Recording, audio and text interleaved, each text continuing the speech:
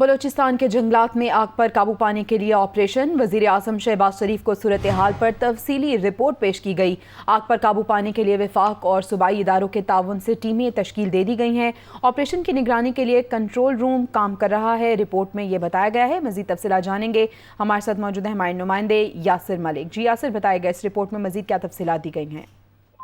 जी बिल्कुल, वजीर आजम शहबाज शरीफ को बलोचिस्तान के जंगलात में आग पर काबू पाने के लिए जारी ऑपरेशन पर तफसीली रिपोर्ट जो है वो पेश की गई है। वजीर आजम शहबाज शरीफ ने 21 मई को लाहौर में मुनक्कदा हंगामी इजलास में आग पर काबू पाने के लिए ऑपरेशन को मजीद तेज करने के हवाले से हदायत जो जारी की थी।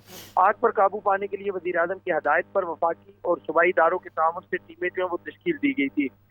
कमिश्नर जोब के इलाके में एमरजेंसी जो है उन्होंने नाफिज की। सेक्रेटरी जंगलात और जंगली हयात की तरफ से ऑपरेशन की निगरानी के लिए कंट्रोल रूम जो है वो कायम किया गया और चीफ सेक्रेटरी बलोचिस्तान, सेक्रेटरी जंगलात और डीजी पीडीएम में ऑपरेशन की निगरानी के लिए आग की जगह पर मौजूद किए और उन्होंने खुद दौरा भी किया है। शेरगाली, जरगून, दौरा और तोरगर और तकई में महकमा जंगलात की तरफ से 300 से ज्यादा अफराद पर मुश्तमिल टीमें जो है वो ऑपरेशन में हिस्सा ले रही हैं। ऑपरेशन के हवाले से वजीर आजम के नुमाइंदा खुसूसी वफाकी वजीर हाउसिंग मौलाना अब्दुल वासी की जोब में इजलास जो है उनकी जेर सदारत हुआ, जिसमें वजीर आला बलूचिस्तान, वफाकी व सूबाई इदारों के अहदेदारान और कमांडर 12 कोर के जो अफसरान है वो भी शामिल हुए। जिला शरानी में वजीर आजम की हदायत पर सेक्रेटरी जंगलात व जंगली हयात बलूचिस्तान की सरबराही में टास्क फोर्स जो है वो कायम कर दी गई है। इसके अलावा जो इलाके में विलेज और एरिया फायर कंट्रोल कमेटियों का नोटिफिकेशन भी जारी कर दिया गया है।